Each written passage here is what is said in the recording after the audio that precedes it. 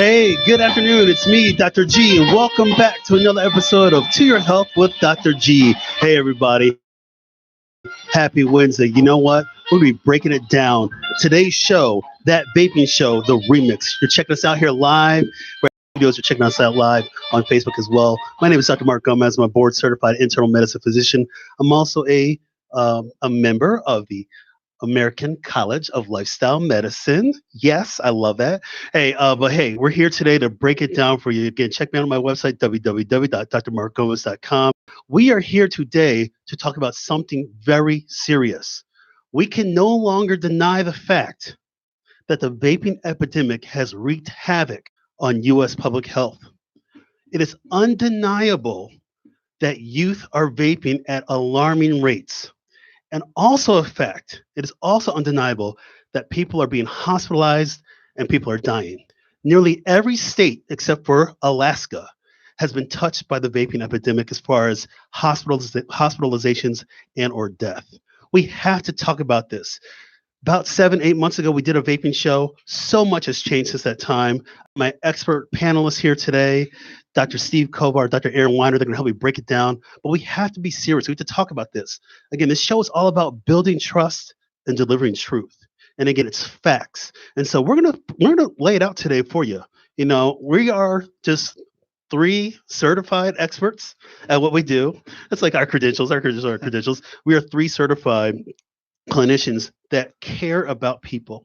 We care about our community, about our patients. We want you to live healthy. We want you to just enjoy your family and your loved ones. We want you to have your higher purpose in life.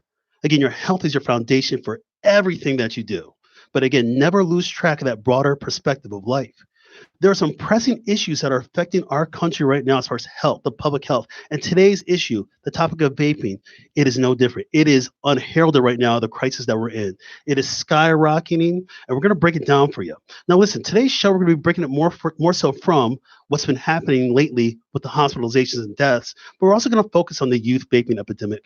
We're not going to talk too much about older individuals trying to stop smoking traditional cigarettes. That's another conversation for another day because those are the people that are not likely going to be vaping at that older age. I mean, vaping products aren't marketed to 7-year-old people on Twitter and Facebook and all that kind of stuff. We're going to be talking about the facts of vaping again, that Vape Each Other remix. Again, welcome back. My name is Dr. Mark Gomez. So here we go today. Before we meet my panel, you know, I always hit you with a quick disclaimer. The content of To Your Health with Dr. G is for informational and entertainment purposes only, and that the content is not intended to be a substitute for professional medical advice, diagnosis, and or treatment.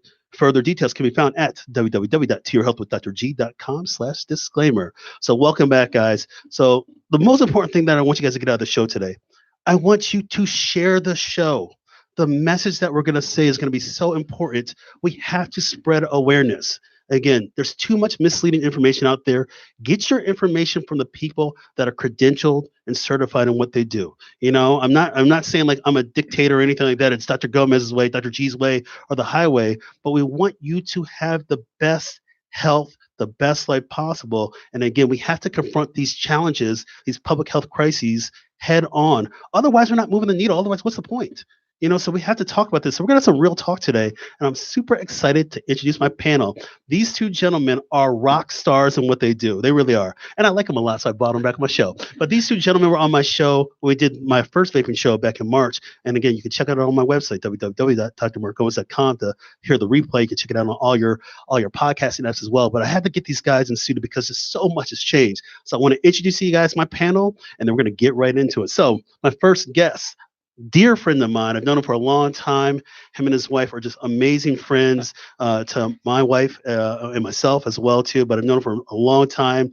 He's an outstanding clinician, outstanding pediatrician. He just is an expert on what he does. He's on the circuit talking about this topic right now with vaping. I want to introduce my good friend, Dr. Stephen Kovar. He's a board certified pediatrician at Kids First Pediatrics Ltd. Check him out, www.kidsfirstdocs.com. Dr. Kovar, welcome back to the show. Thanks for having me again. I appreciate it. Hey, please tell us a little bit about your background. Again, I want to establish our credentials for this important thing. Where did you do your medical school? Where did you do your residency training? And give us a few opening thoughts about this topic today. All right. Well, I did my medical school at University of Illinois, Chicago College of Medicine and did my residency at Hope Children's Hospital on the South Side, Advocate right now. It's Advocate Hope Children's Hospital. And yes, I'm a pediatrician. So most of pediatrics is about prevention. And that's the majority of my life is preventing kids from having problems later on, so that, no offense, but adult doctors kind of go out of business because everyone's been living a healthy lifestyle. That's what I'd love. And this is where it's a huge topic, because unfortunately we're seeing this in kids. And when we have kids and we take the teenagers, we set them aside and we have the parents out of the room, we always ask about vaping. And every single time you always have this idea of like, who's the kid that's vaping? And the answer is assume everyone is, because at some point they probably have tried it at least. Wow. Well, I cannot wait to get into this even more in detail with you. Just can tell them the truth.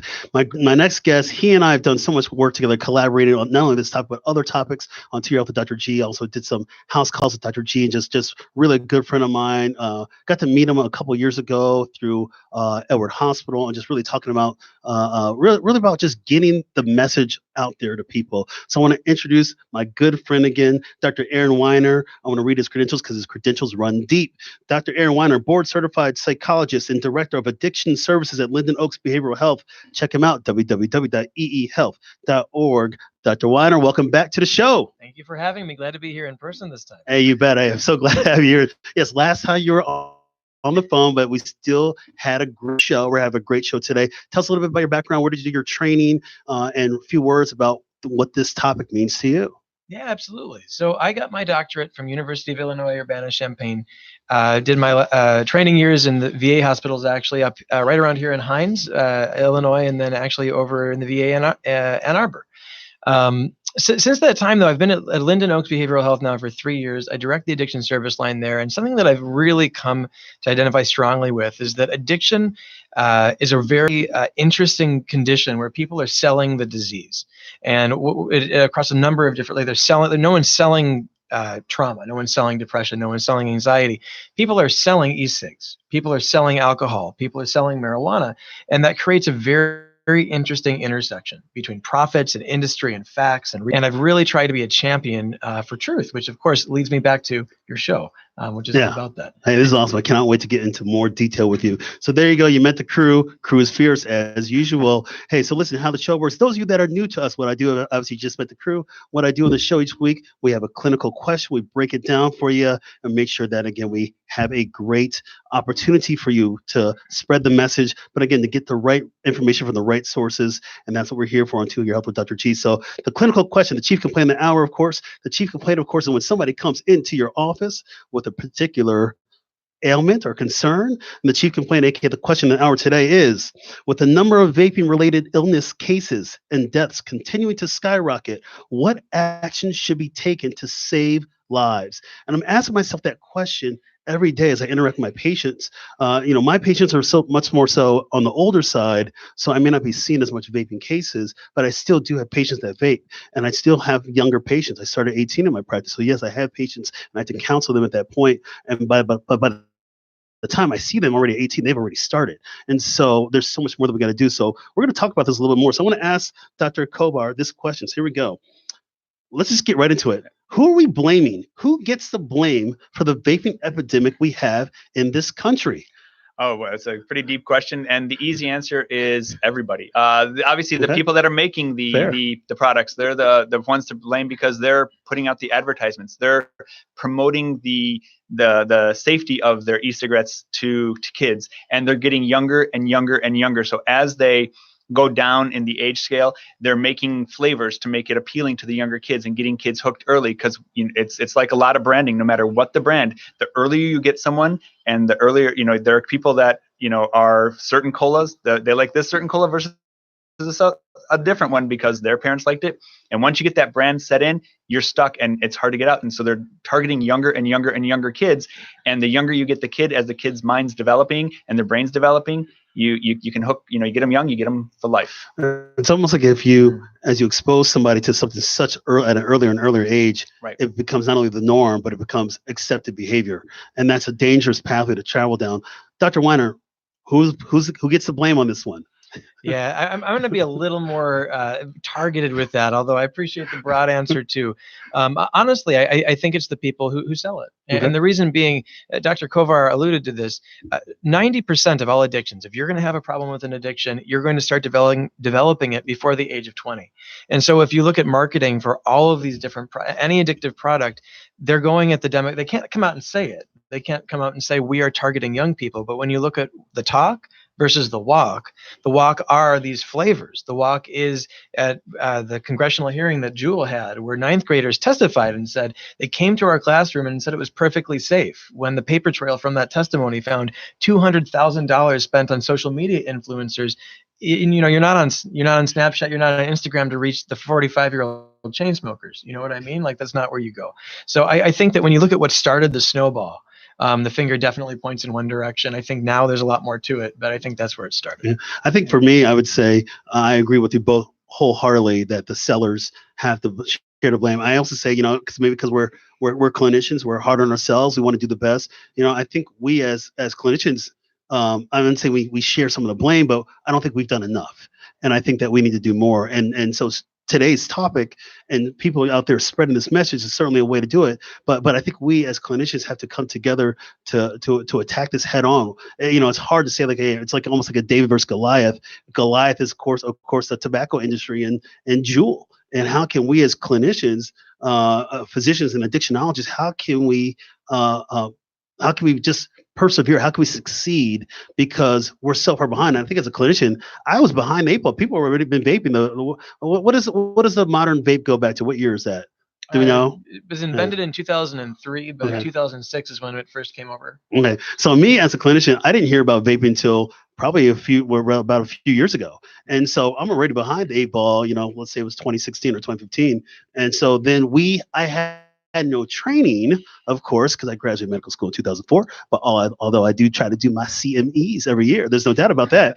Got to stay up to date. But no, we are behind, and so you have generations of doctors and clinicians, addictionologists that never saw this coming, and now we're all playing like the catch-up game, and we're I feel like we're losing that battle because the statistics don't lie. Dr. Kovar, do you have any kind of statistics that we see on the vaping epidemic, certainly a youth vaping epidemic? Definitely. Well, when you look at the trends that we're seeing, it's actually a little disturbing. And by a little, I mean a lot. If you look at, they looked at 8th graders, 10th graders, and 12th graders, and they asked them, have you ever tried vaping?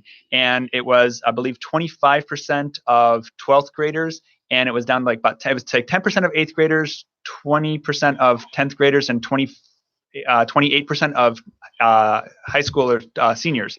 If you ask them, have you vaped at all in the past year, the number was 40% of 12th graders, 35% of 10th graders, and 20% of 8th graders. And then they finally said, do you vape every single day? And unfortunately, that number was 25% of 12th graders, 20% of 10th graders, and 2% of 8th graders. So if you think about that, just 8th graders, little 13-year-olds, 14-year-olds running around, 2% of them are vaping every day. There was just an article that came out today, I believe it was through the AAP or through the Journal of American Medical Association, and it was 20% of high schoolers and 11% of middle schoolers have vaped in the last month.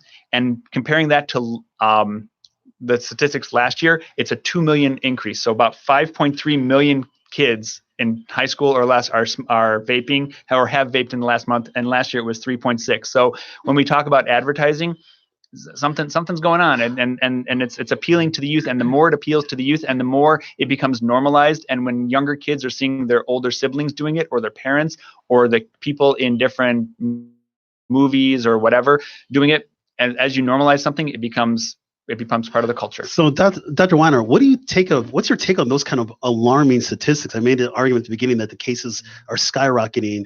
What's your take on just the damage? How do we control this? How do we get this? We're talking about how can we save lives? We'll get into that in a little more later. But what's your take on this kind of information? Well, I think it has to do, like Dr. Kovar was saying, with normalization and culture. I think what we're starting to see is that these advertising campaigns have worked, and that's part of why a year ago we saw Altria, the people who created Marlboro, part of Big Tobacco, buy into Juul at $13 billion, because when you see growth statistics like that, if you're in the business of addiction and getting rich off the health of our youth, that's fantastic news. If you care about the health of our youth, like we do, that's, the whole other side of the equation.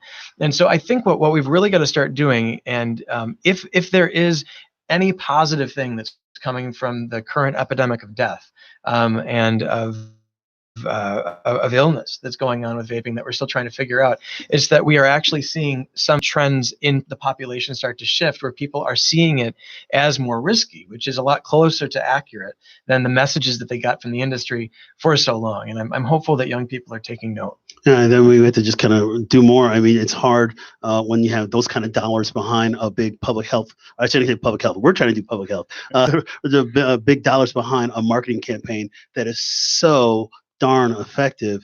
And I'm going to kind of play the thing, but I want to ask the question. But I thought you have to be 18 to buy Juuls. I thought that's what it is. So what's up with that? Yeah, well, I mean, so you can get these devices anywhere with a fake ID, an older person. I mean, that's never stopped people before. And honestly, the price of entry is not high. I don't know if you guys looked recently, but on Juul's website, that they were selling the device itself on sale right now at $10. That's like you mow a lawn, and it is like so. Now, granted, Juul actually, to their slight credit, does have a stronger age verification system than most other online vendors, but you could, get it from other places too. But even so, just the financial, you don't have to go too far to get one of these things. Right. Yeah. 70, I think it was, again, just some statistics that just came out. About 78% of kids that have gotten their Juul actually got it from a retail store. 50% got it from a friend or a cousin or some relation. Only 2 to 3%, I think it was, got it online. But if you think about it, I mean, any kid can go get a credit card from Walmart that they pay the $4.95, have $100 on it. They could send it. They could do all stuff. And the question is, I checked it. I went on their website and it says, are you over 18? If you click yes, I mean, they're not taking a retina scan of me to see if I'm really over 18. Yes, I am. And you just send it to yourself or send it, to a friend or whatever, and you get a package in a couple days. You pay the shipping, and your parents never know, because if I'm tracking my child's debit card, I can say, what's this? But if they have a debit card from, one of those burner debit cards, I would never know. Yeah, I mean, there's no doubt there's more that's going to be done. Again, we just have to do more collectively. Well, let me ask this, because here's the other thing. But you have to be 18, don't you? But how about this? But using e-cigs and Juul and stuff is safer than traditional smoking, right? Yeah, I think, again, as it's been alluded to, that's the perception that you're just taking in water vapor and some flavor. And yes, you're getting some water vapor, you're getting some flavor, but they're not talking about the carcinogens you're talking about the small particles of the flavoring that are getting deeper into the lungs that are causing more problems. And they're not talking about just the general risk of the device, which can itself be a risk. It can blow up, it can catch on fire, it can do these things. Yeah, so it's safer in the sense that it's not. Dr. Weiner, why don't you clarify for us out there, because I don't think people know this. And I watched one of your awesome presentations that you did recently, and definitely check out, again, Dr. Aaron Weiner. His stock is hot. I watched one of your presentations lately, and you mentioned that the amount of nicotine in a pod of Juul is ridiculous, equivalent of, like, I think you might have said it's equivalent to doing a pack of cigs, which is 20 cigarettes. Is that the kind of the accurate data? Yeah, absolutely. I mean, it's highly concentrated, and you can actually buy it from third-party vendors that sell quote-unquote Juul-compatible pods that actually have even more nicotine in them.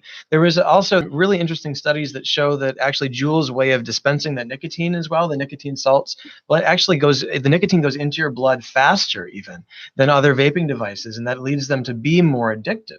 What's interesting, I want to go back to when you said, aren't they safer? Aren't they safer? What's interesting is that you'll hear that, right? Because you pair the word safe, and people think less harm. But really, that's what we should be. The word we should be using is less harmful, because they are still harmful. There are still carcinogens. Are there fewer? It looks like from the National Academy of Sciences, Engineering, and Medicine, the answer is yes, there are fewer toxins, but there's still poison. Just because fewer doesn't mean none. Yeah, so. I agree. So there's no doubt, again, we're trying to catch up a lot to this epidemic, and we have to try to close the gap, and because this speeding train is out of control, we've got to do more from a research standpoint. I know, certainly municipalities state governments, the federal government has essentially created regulation. Some states have been leading the charge. Some municipalities, like in San Francisco, have been leading the charge to say, you know what, hey, we recognize that this is being so much of a youth issue that we have to curtail this right now. We're going to stop the sale of flavored e-cigs or do an entire ban. Where are we at with this kind of legislation? Do we know where we're at? And secondly, is this going to be effective at all? Because if there's still going to be black market ways to get something, because they're always black market, are we going to really make a dent into this process with some regulation right now? I can kick this one off. So I mean, a few tiers to that question. So in terms of what's going on in Springfield, there is a bill that's being, I think it's currently in committee. I think for a lot of people, it's a pretty easy sell. The issue, though, and where you get pushback, is that your vape shops are saying you're putting us out of business, right? You're doing this. We're viewing ourselves as harm reduction. We're viewing ourselves as providing a good thing. And if you take away our flavors, if you take, you're literally putting us out of business. So there's a lot of pushback on that. In terms of the impact, I think it would have one if we say banned flavors, which is what 85% of kids say that they're attracted to. There was just another study that came out that said that fruit flavors and then mint are the top two for kids. I think it would be effective. I view it kind of like looking at like putting locking your door at night. Will it keep you safe from a professional criminal? Absolutely not. Will it keep you safe from someone drunk running around the neighborhood looking to get into someone's house? Yeah, because your door is locked. And so there are some people who are still going to get it no matter what, but there's some people, rule followers, if you will, who when they hear that it's illegal, they shouldn't be buying it, are gonna turn the other way. Okay, gotcha. So let me ask this question. I'm gonna ask this question, Dr. Kovar. We're talking about that again. This issue is skyrocketing. The reality is right now, it's dominating the headlines are the hospitalizations and the deaths. I think CDC, as of last week, there's almost nearly 2,000 hospitalizations with vaping-related lung injury and nearly 40 deaths reported nationwide. And again, every state except for Alaska has registered at least one of those, one or the other harm that's happened. So, we can probably just safely conclude that the number's only going to go higher. Right. And it got to the point that the director of the Illinois Public Health Department came in and said the best way to not be a statistic is to don't do it in the first place. And it didn't matter if someone was doing nicotine vaping, THC vaping, or both. What's your take on that kind of stuff? Well, I think, again, the biggest thing we got to do is it's all about education. It's getting and educating kids when they're young so that they don't start, because once you start, it's a snowball effect. If you stop the snowball at the top of the mountain, it's a lot easier to stop it so it doesn't turn into a gigantic snowball that takes out a whole village, by the time it gets to the bottom. So that's the thing that we as clinicians have to do.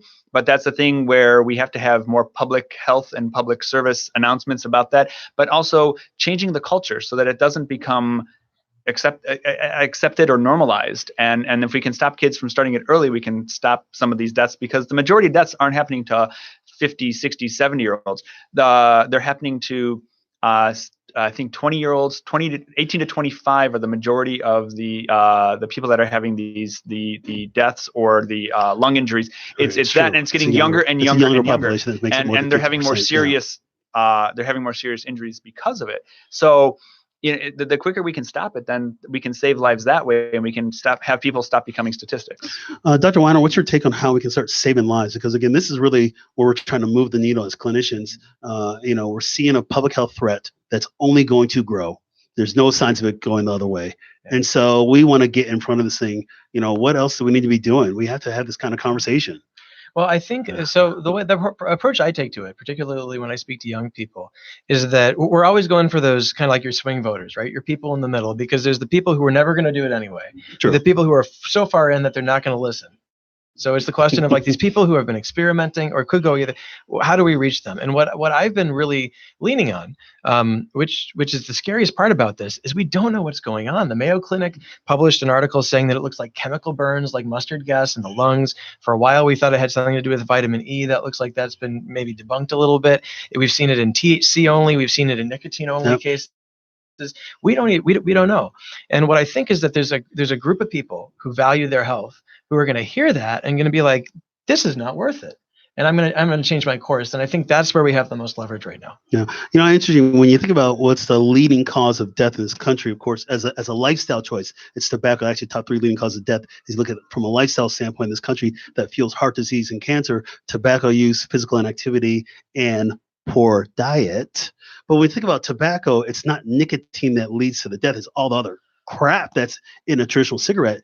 We're talking about there's a lot of crap that's in these e-cigs that we don't truthfully know the extent of the damage that it will do. And so it's like we're only fueling, we can again kind of conclude that of all these harsh chemicals, that this is still going to fuel death and destruction in this country from a health standpoint. Heart disease, we don't know what the e-cig thing is going to lead. Is it going to lead to more cancer down the road? Is it going to lead to more heart disease? I don't know. And the other problem is that there are the shops where you can get them, which are going to have some regulations. But then the problem is that there are some that are not regulated. So there are little pop-up things that will come up, and you'll have the Juul compatible pods, and you don't know what's in them. And they've actually taken some out. They've done experiments, and cyanide was in some of them.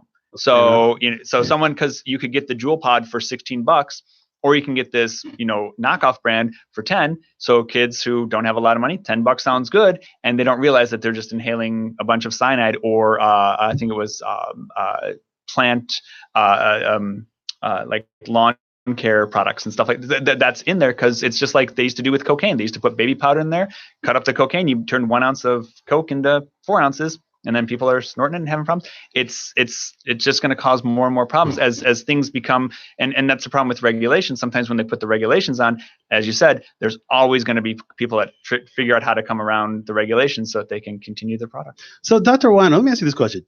We worked so hard to get traditional cigarette use down in youth. We spent decades, really. I remember back in the 80s growing up as a kid, smoking campaigns in elementary school. We worked hard to get those numbers down. And those numbers did come down on teen traditional cigarette smoking. So now we know that teen traditional cigarette smoking is still relatively low, historically low, compared to even 30 years ago with all these campaigns. But it seems like all the work that we did is now being undone and unraveled because we're seeing this just gigantic thing. So let me ask you this question. Maybe you can comment on that a little bit, but if I'm like a 15-year-old kid, we're talking about more than half of the people that are being hospitalized or dying are under the age of 24, 25. And so if I'm a 21-year-old kid and somebody lays out a Juul on the table or a pack of Marlboros, we know that the person's not going to choose Marlboros. They don't know who the Marlboro man is, anyways. Right. What will a young person say? Will they say, like, you offer them a traditional cigarette? They're going to be like, no way, Jose. I would never. Do they do that? Yeah. I mean, are we seeing that kind of a understanding? So I think what you're getting at, you're getting at two constructs that I think are critical in how we perceive where we are and also our way out.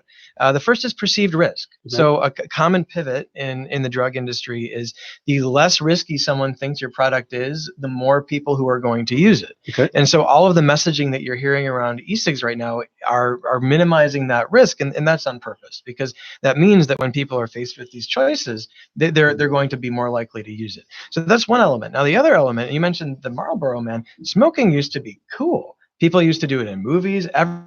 Everybody was doing it. It was something that was identified as like, this is who you want to be. This is what it's like to be a man. This was edgy. Now, generally, people think it's disgusting, right? And that's kind of where I'd say your average person has gone. That was a big cultural change, though, and a big shift. And so I think if we're learning from the past, what we've got to start getting towards is moving away from the marketing and the branding and the products that have made this cool for kids. And then instead start putting those messages out there, get some influencers at all different levels talking about how this is not an appealing thing, just like we did with cigarettes. Excellent. What's your take on that, Dr. Kovar, on I like that idea of just getting more of the influencers out there to change the narrative, because we have to. Right, and that's what I was just going to say. It's not the ways that we used to do things in the past, putting things on TV. Kids aren't watching TV. They're watching YouTube. They're watching kids open toys. They're watching kids open play video games. They're watching kids watching videos of kids watching videos. I think my kids actually watch that, by the way. Yeah, which is great. So we have to have these influencers. We have to have the people again, I think back to my mom who used to smoke when she was 13, 14, because that was what the cool people did. Cary Grant, you'd see all these stars doing it, and commercials. I think even there was a cartoon, the Flintstones had cigarettes. And so if you think about it, cartoons were, there's cartoons smoking as a kid. Oh, the cartoon guys are doing it. It's, and all the different things. But now we don't have those because kids aren't doing that same type of activity. So we have to have the influence. We have to have people that they look up to really saying, hey, you know what? This is not what you want to start doing. This is not the cool thing. Don't, if you have them saying don't start, maybe a few people will listen, and then kids will start taking it from their peers saying, you know what, you're not doing it, I'm not going to do it. And, I always think about, there's a part in Harry Potter where at the end of one of the, spoiler alert, but at one of the it is what it is. At the end of one of the scenes, Dumbledore says to one of the, he says it's easy to say no to your enemies. It's a lot harder to say no to one of your friends. And that's the thing. We have to get more kids saying no, because the less people that are doing it, the less opportunities come up. And as we know with kids, a lot of times when the opportunity arises, they're going to take it because they don't think about the future. You can't tell a kid now, hey, in 30 years, you're going to have lung cancer, because 30 years, they're not thinking about it. They're thinking what's going to happen in the next 15, 20 minutes. And that's why kids take risky behaviors, because they don't have that ability, or I don't say ability, but they don't think long term. So that's where we have to really kind of get people to talk about the here and now. Here and now, you're not going to look cool. These are the things that can happen. These are, you can. So when I talk to kids, I tell them that if you're a kid that plays sports, it can affect your lungs. You might not be running as fast. Now you're suddenly getting cut from teams. Now you're not, you're getting taken off of these things that you love. And that actually starts hitting home more than you're going to, you're going to have cancer in 15 years. It used to say you're going to stain your teeth. You're going to stain once they start thinking about appearance and stuff, you got to make it here and now. And that's how we get kids to stop. I think we got to definitely, use our peers. I mean, for kids out there, this epidemic's going on, the peers that are there, we need some leading voices. Even people with celebrities and stuff need to be some leading voices to talk about these kind of things. But until that happens, it's still going to be, as my good friend Dr. Weiner always likes to say, profits over people versus people over profits. So you guys are listening here. We're here at Intellectual Radio Studios. We're talking about vaping. I want to ask this question to Dr. Weiner. So there's been some controversy. I don't know if it's controversial or not, but I'm going to bring it up anyways. But I see like different data or different talks about vaping being a gateway effect to other things. I read something the other day that said the vaping effect, I think it was on CNN, they might have published it, but said something to the point that a gateway effect related to e-cigarettes / vaping and vaping is not necessarily true. Do we know what the truth is? Do we know that vaping is going to lead to other behaviors, traditional cigarette smoking, anything else, or is it just more hearsay?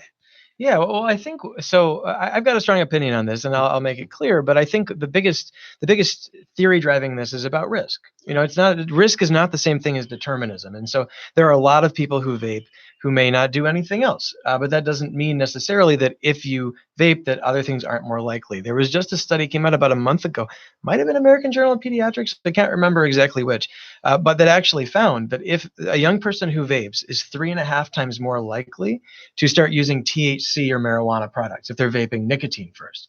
And part of the reason why we see that, right, is this progression of perceived risk. Like just to give you an example, and you hear this, the gateway drug thing with marijuana a lot too. If someone walks up to you with, a friend, even a young person with a bag of heroin, and is like, hey, you want to tie off and inject? You're going to be like, no. That's like a really no. I don't get down like that. You got to hope they do. Yeah. Fair point, Dr. Kovar. You don't know super high sell, right? But instead, if someone is like walking up to you with a vape device, and you're like, oh, isn't it just water vapor and nicotine solids and like maybe some flavor? You start doing that, and now you're hanging with a group of people who does this for fun. And at some point, someone brings along some THC in a pod or marijuana, and isn't it legal in January anyway? Just a plant.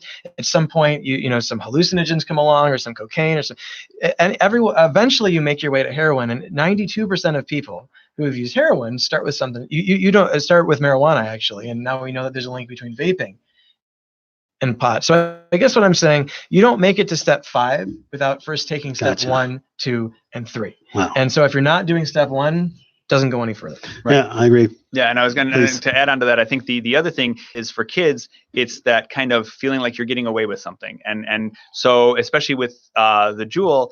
The way it looks, it's if I can talk, it looks like a USB drive. So it's like the flash drive. So I think about my son's school. They have computers. The school district gives every kid their own computer. Some kids are taking their Juul-looking flash drive, or their flash drive-looking Juul, I should say, plugging it into their school-sanctioned computer, charging their Juul, and because it looks like it, teachers aren't noticing it's they think it's a flash drive. The kids are taking out their Juul, taking a hit, blowing the smoke into their sleeve, and then they put the Juul back in, and you're not smelling smoke, so the teachers are unaware, so they're kind of thinking, I'm getting away with something, and there is that thrill. And sometimes kids are doing it, and then if one kid's doing it, oh my gosh, can you believe I just vaped in class? And then same thing with the THC, because it's not this gigantic pot smell that you're thinking, oh my gosh, I'm at a concert, and they're blowing it into their sleeves, so the vapor just kind of goes away, and they're now doing something during school hours that it's exciting and it's thrill seeking, and especially the majority of the people that have been injured have been young men, which, as we know, just through statistics and all the actuary tables, young men are going to be more prone to take a risk than other groups. So now we've got these kids that have this ability, and it's an opportunity arose. And hey, if I did it, I wonder, if he did it, I wonder if I can do it. And so now 2 people are trying it. Now you have more and more, and then they're telling their friends, "Can you believe I was smoking in so and so's class?" And then next thing you know, more and more people are doing it, or they're going to the bathroom, quick hit, go to class. So now they have deans and principals and teachers sitting in the bathrooms to keep kids from going. And so they're not being able to do their job because we have to monitor the kids just going to the bathroom. And then kids who just want to go to the bathroom sometimes get caught up, because if a couple kids are vaping and teacher walks in, everyone goes down. Everyone, it's the kind of guilty till proven otherwise. And yes, some kids who weren't doing anything, they get to go, but but still, it's the thrill of the chase. So I'm going to kind of piggyback on what you said a little bit earlier, where you almost have to assume that a young person is doing this.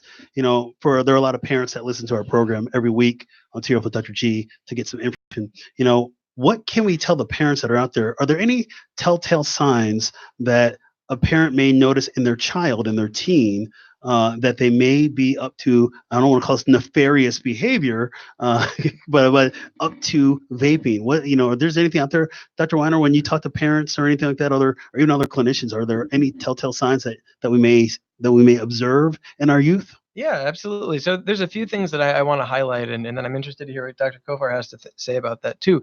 So the first thing is, in terms of a telltale sign, the only single telltale sign you're going to get is a positive urine drug screen. You know what I mean? Like that, like for cotinine or nicotine, and you can actually buy these things online, very inexpensive. And to be honest, although that sounds kind of severe, if you have a young person, a child who you think is at risk, it can actually be helpful for them to do this, because then they have an excuse. Like if they're offered at school, they can say, I can't do that. My parent drops me once or twice a week. I don't want to get, and so that actually gives them some ammunition. But beyond that, in terms of what to look for, one of the biggest things is that if you are staying connected with your child in terms of who their friends are, what they're doing, or how they're spending their time, then you'll notice if things change. And when kids get involved in these things, oftentimes their clothing might change, their friends change. Social media is also a big one. Parents should be on their children's phones. Just period.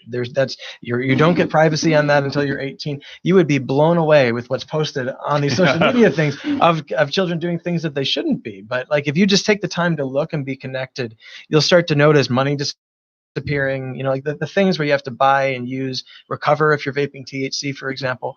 There's these signs that you can look for. Parents got to parent at the end of the day, and yes, I encourage parents. Luckily my kids are very young, and I think my wife and I try to continue to shield them from whatever we can shield them from. But the reality is that kids are going to get exposed, and whether they're exposed to it in school from an educational standpoint that says do not do this, kind of like how we did back in the 80s, do not do this. Remember those commercials that were said, this is your brain on drugs? Any question, they fried an egg back in the late 80s, early 90s. The message will get out there at some point, but we just have to do so much. Dr. Kofar, from your perspective, from a pediatrician standpoint, what are some signs? What do you tell your parents of the kids that come into your office? Well, the big thing I always tell the parents is when I'm doing a physical exam, I kick them out. After 13, I kick parents out, and I let the kids know that I am their advocate, and what we're talking about is between them and I cannot tell the parent, unless they're going to hurt themselves or hurt someone else. I have to be a kid's advocate, but then I also have to give them the truth and talk to them about the activities they're doing. Is there a sign? No, you're not gonna. It's not. They're not wearing the big red V for vaping, like in the big A, the scarlet letter. They're not wearing that. And the biggest thing is just talking to your kids and having a discussion with them. And for parents, it's is exactly what I said. You want to make sure you're knowing what they're doing, and checking their phones, because it's easy. And kids have Instagram. Kids have an Insta, but they also have what's called a Finsta, which is a fake Instagram. So I have my Instagram that my parents see, and hey, yes, I'm friends with my parents, and so they can see what I'm posting on Instagram. But then they have another login that you don't know about, and then that's where they're getting all the stuff and they're talking, and it's hard because it's easy, it's easy because they can hide things very, very well. So for me, it's talking to the kids and going over what they're doing. And I ask all the kids, I'll ask them. I remember when I was doing my training, I had an adolescent mentor who used to say, just assume everyone's drunk, high, pregnant and depressed and suicidal, and you'll never go wrong. Have them prove you wrong. Prove me wrong. Yeah. And as Dr. Weiner said, the tests to check for stuff are cheap, and my son is not the happiest with me because I just randomly check him, and and it could be like, hey, you were out with your friends, I'm checking it, or it could be you weren't out with your friends and I'm checking you anyway, because it keeps him on his toes. And some people are like, oh my gosh, you check your kids, and it's not that I'm not trusting him, but it's also, just like I said, it keeps him honest, and he could say like, dude, my dad's checking me, and I will lose my car, I will lose my phone, I will lose everything, and we want to. I do it again, not to penalize him, but also if something comes back positive, now we have a talking point. And if something comes back, why is this? And luckily, knock on wood, nothing has. But if it does, at least I can talk to him, and we can start the discussion before he gets in too deep. And then next thing we know, it's a lot harder to stop that ball once it's rolled. I know for me, trying to put myself back in those teenage years, and I'm very grateful for my parents for instilling a lot of values in me and saying, sitting us down, me and my twin brother, and say, you don't do this and you don't do that, and it was that clear. And I don't think my parents had to go any further than that, but you heard the message loud and clear. It's interesting that you said, Dr. Weiner, about these tests, and Dr. Kovar was saying too, you can just do a quick urine test. The reality is that, and here's a statistic from 2015 published in the American Journal of Public Health, 99% of e-cigarettes sold in U.S. convenience stores, supermarkets, and similar outlets contain nicotine. So you can easily test. More than likely, your kid will have either nicotine or metabolite of nicotine in that urine. So we haven't had that much detailed conversation. So I love what you're saying right there. So what I want to do right now, I want to get into something that we do each week on the show, myths versus facts. And so when we did the myths versus facts last time on the Vaping Show, I was trying to stump both Dr. Weiner and Dr. Kovar. It is what it is. That's what try to do sometimes. But again, so now I had to come with an entirely new list of myths versus facts because we're doing the Vaping Show, the remix. And I didn't want to repeat what we did before because the conversation has changed. The situation, the condition on the playing field have changed in the last 6 to 8 months because people are being hospitalized with severe lung injury and they're dying. So we got to talk about myths versus facts, how it works. I say a statement. My panelist says myth or fact. They tell us why. We'll keep it kind of boom, boom, boom, boom, boom, boom, boom. And we'll go from there. We're going to get through as many of these as we can. Love it. Here we go. Dr. Kovar, you're the first one. Myth or fact, that Vaping Show, the remix. Here we go. With vaping, you're just inhaling water vapor. That would be a myth. Please explain. So as we kind of talked about earlier, the flavorings and the THC, there's different components in there. There's other things we don't even know about. And so as things are getting aerosolized, you're not vaping water, you're vaping an aerosol. Thank you very much. Here we go, Dr. Weiner. Myth or fact? The people trying to sell vaping are positioning the e-cigarette as safer, healthier alternatives to tobacco smoking. Fact that they are positioning it that way. Myth that it actually, so it is, there is some fact, some factual fact to that. Okay. But it's, again, one of those things where it's varying degrees of negative. It's a fine line between. and you know what, I want to say this quickly. I know we're going fast, but please, I want to say, we hear a lot, like, take away flavors. You're going to drive people back to That's traditional cigarettes. That's what they say. Let me tell you, if you don't want to smoke, I've got Chantix for you, Wellbutrin for you, Nicorette for you, cognitive behavioral therapy for you, hypnosis for you. There's so many things you can do other than smoke. So I just want to put that out there. You go. Hey, that was the next myth versus facts. But it's all good now. Right, I'm still going to say it anyways because I want to get this. Give it to me. I got the answer right. Yeah, here we go. Dr. Kovar, myth or fact? Vaping is the best option for those who want to quit smoking. I'm going to say that's a myth. Yeah. Exactly. And then that's the thing is there's definitely different medicines out there, and the Chantrix and Nicorette. There are other things out there. If you need to have your Nic fix, you can get them other way, and things that would be a little bit safer than, or a lot of it safer than vaping. I agree. I tell that to a lot of my patients that are looking to get off of traditional cigarettes, that there are alternatives to vaping to get them there. We can help them along the way and complete success on smoking cessation. Here we go, Dr. Weiner. Here we go. Vapes do not contain nicotine. Myth or fact? I think we dispelled. that. So both. So some might not have it there, but for the most part, for the vast majority of them, they do that or THC. All right, thank you very much. Here we go, Dr. Kovar. I like this one. Many states, municipalities, even the federal government have initiated or are in the process of initiating legislation to restrict sales of flavored e-cigs because of the growing concerns about spiking e-cig use among U.S. youth. Myth or fact? That is a fact. Please explain. They're trying to do that, and as we talked about earlier, Dr. Weiner said down in Springfield, they're trying to get rid of some of the flavors. But as was also said, one of the main flavors that kids go for is mint. Fair enough. Excellent. Thank you. Dr. Weiner, myth or fact? Only illicit THC products have been linked to vaping-related illness cases and deaths. That is a myth. Actually, please explain.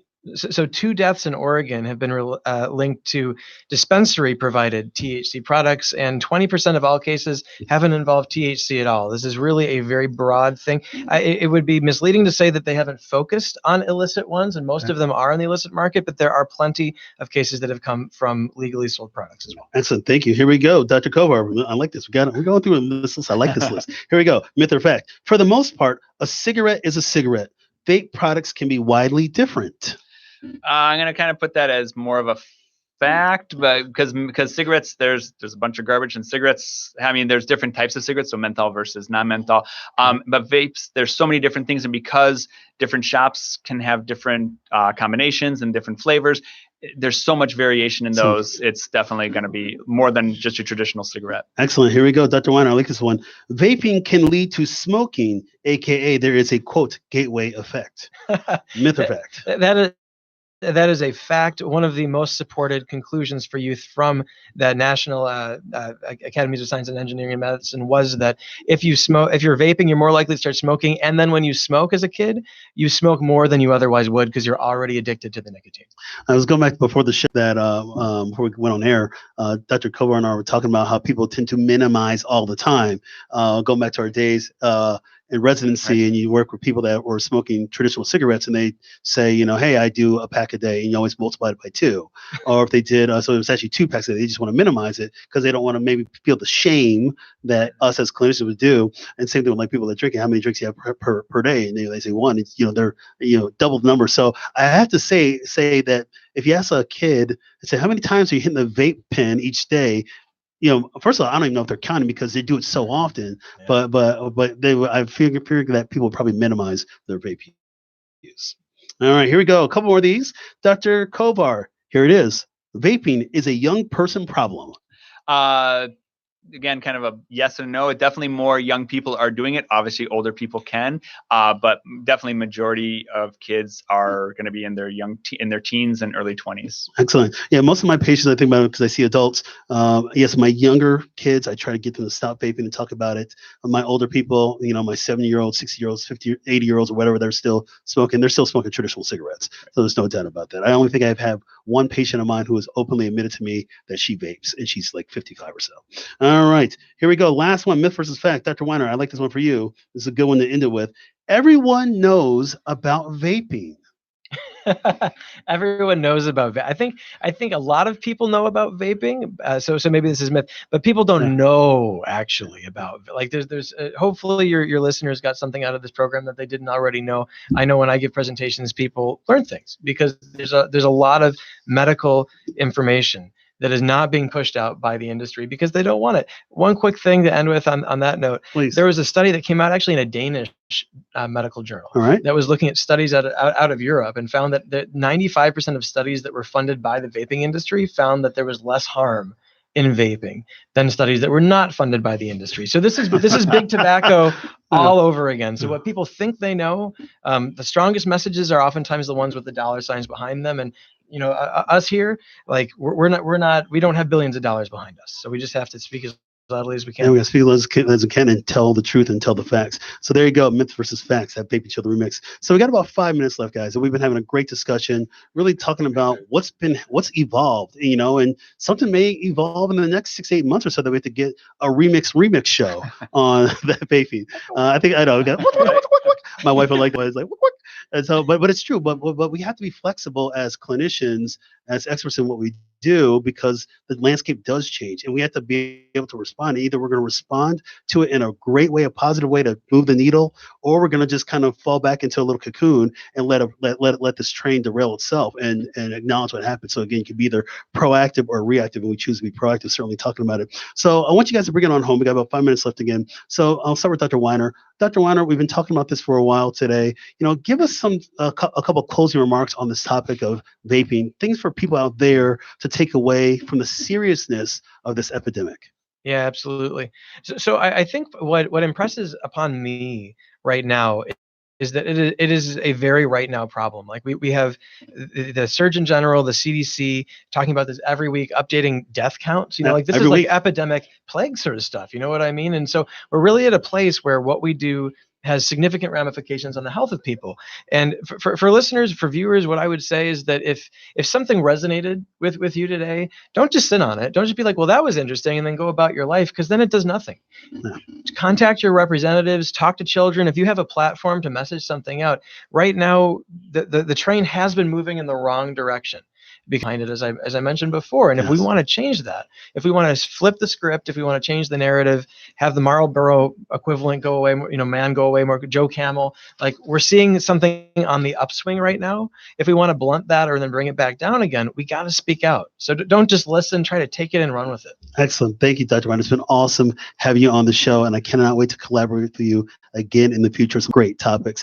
Dr. Kovar, bring it on home, my friend. Give us a message out there. We've stated our case, something for people to take away from today's show to continue to have action versus regressing to inaction. Right. I think the one thing to stress is to the young people to let them know you're being played. And if they think that they're not, then they are sorely mistaken. The company is not doing it for them. They're doing it for themselves. They're promoting things to you. They're trying to get you hooked. They're trying to get you addicted. They're making you eventually become the fool. And I think that's the one thing that no one wants to be played the fool. And that's what advertising is doing. It's getting you started early. And that's the thing kids need to really realize, that if they think this isn't me, this is never going to happen to me, you're going to be exposed to it. And it's, what do you do when you get exposed to it? And also for the parents out there, it's going through scenarios with your kids and just saying, what have you been exposed to? And they don't have to name names, but just to see what they've been exposed to, because you'd be surprised the number of times, again, like I said, I'll ask a kid, do you vape or do you smoke? The answer is no. And then my next question is, has someone offered it to you? And the answer is 100% of the time, yes. I've not had one kid who said no. Wow. And now the other question I could say is, if I needed you to get a vape, would you know how to get it? And the answer is yes. Oh so my gosh. kids are going to know stuff, and they're going to get things one way or the other. So as parents, if we're having a dialogue with our kids and we treat them as people, and we don't come at them as, never, and just nothing, we have to have an open mind, at least hear their story, and then we can adjust our narrative so that they can understand why we're saying don't start it. I think that's the most important thing. Excellent. Well, thank you, Dr. Kovar. It's been great having you on the show, and I cannot wait to collaborate with you on other topics as well too. So my final words are this: we're talking about action. We want to move the needle, being proactive versus reactive. The reality is that vaping, this whole epidemic, we have to grab it by the horns now or never. It is a time right now to intervene. If we don't take action, then we might as well just kiss it all away. The vaping epidemic, it's like an infectious disease, or even for my older people out there, heart disease. You got to get it at its core. We have to talk about how we can make that interaction now, that initiative, and make the difference. But we have to do this together. I urge you to not let this conversation die out today. We have to keep this going on. I want you to share this show with others. Let's keep this message going on, and I cannot wait to do it again. So again, I want to thank my guests, Dr. Aaron Weiner, board certified psychologist and director of addiction services at Linden Oaks Behavioral Health. Check him out. His stock is hot. www.eehealth.org. He and I are definitely going to be collaborating again in the future, without a doubt. My good friend, Dr. Steve Kovar, board certified pediatrician, Kids First Pediatrics. Check him out. He's an excellent doc. He cares about his community, and he cares about kids and our youth. Check him out, www.kidsfirst.org. docs.com. You've been listening and watching live on Facebook and IntellectualRadio.com. This episode is written by Mark D. Gomez, MD, and Tiffany E.R. Gomez. Producer is Tiffany E.R. Gomez. Music is by the wonderful Mr. Havis. Copyright 2019 by NDG Wellness, LLC. All rights reserved. Stay tuned for my next episode. Next week, we're talking sports medicine update. Remember, check me out on my website, www.drmarkgomez.com. I'll check you guys out later, and peace out. Thank you. Thank you. Yeah, thank you. Yeah, it's